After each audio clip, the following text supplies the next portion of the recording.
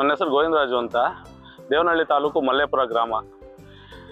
ನಾನು ರೈತ. ನನ್ನ ಬೆಳೆ ಬಂದು ರೋಸು ಮತ್ತು ಅಡಿಕೆ.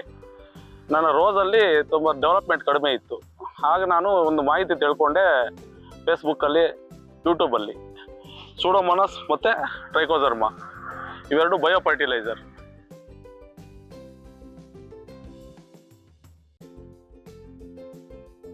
ಮಾಹಿತಿ ಕೊಟ್ಟರು, ನಾನು ತಗೊಂಡೋಗಿ ಯೂಸ್ ಮಾಡಿದೆ. ಅದು ನನಗೆ ಒಳ್ಳೆ ರಿಸಲ್ಟ್ ಸಿಕ್ತು.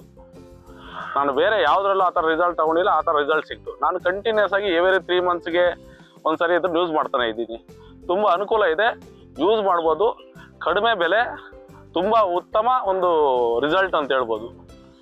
ತುಂಬ ಒಂದು ಯಾವ ಥರ ಅಂದರೆ ಗಿಡ ಚೆನ್ನಾಗಿ ಡೆವಲಪ್ ಆಗುತ್ತೆ. ಈ ಸ್ಟ್ರೆಸ್ಸು ಮತ್ತು ನಮ್ಮ ರೋಗ ನಿರೋಧಕ ಶಕ್ತಿ ಜಾಸ್ತಿ ಆಗುತ್ತೆ ಗಿಡದಲ್ಲಿ. ರೂಟ್ ಚೆನ್ನಾಗಿ ಆಗುತ್ತೆ. ಮತ್ತು ಈ ರೂಟ್ ನಾಟು, ಭೂಮಿ ಒಳಗಡೆ ಇರೋಂಥ ವೈರಸ್ಗಳನ್ನೆಲ್ಲ ಇದು ಕಿಲ್ ಮಾಡುತ್ತೆ. ಇದ್ರ ಬಗ್ಗೆ ತುಂಬ ಮಾಹಿತಿ ಕೊಟ್ಟರು. ಇಲ್ಲಿ ಅಧಿಕಾರಿಗಳು ನನಗೆ ತುಂಬ ಮಾಹಿತಿ ಕೊಟ್ಟರು. ಕೃಷಿ ವಿಜ್ಞಾನ ಕೇಂದ್ರ ಆಡೋನಹಳ್ಳಿ ತುಂಬ ಕೋಆಪರೇಟಿವ್ ಆಗಿದ್ದಾರೆ. ನೀವು ಹೋಗಿರಬೇಕು, ಎಲ್ಲ ಇದು ಮಾಡ್ತಾರೆ, ಮಾಹಿತಿ ಕೊಡ್ತಾರೆ. ಯೂಸ್ ಮಾಡ್ಬೋದು, ಬಳಸಿ.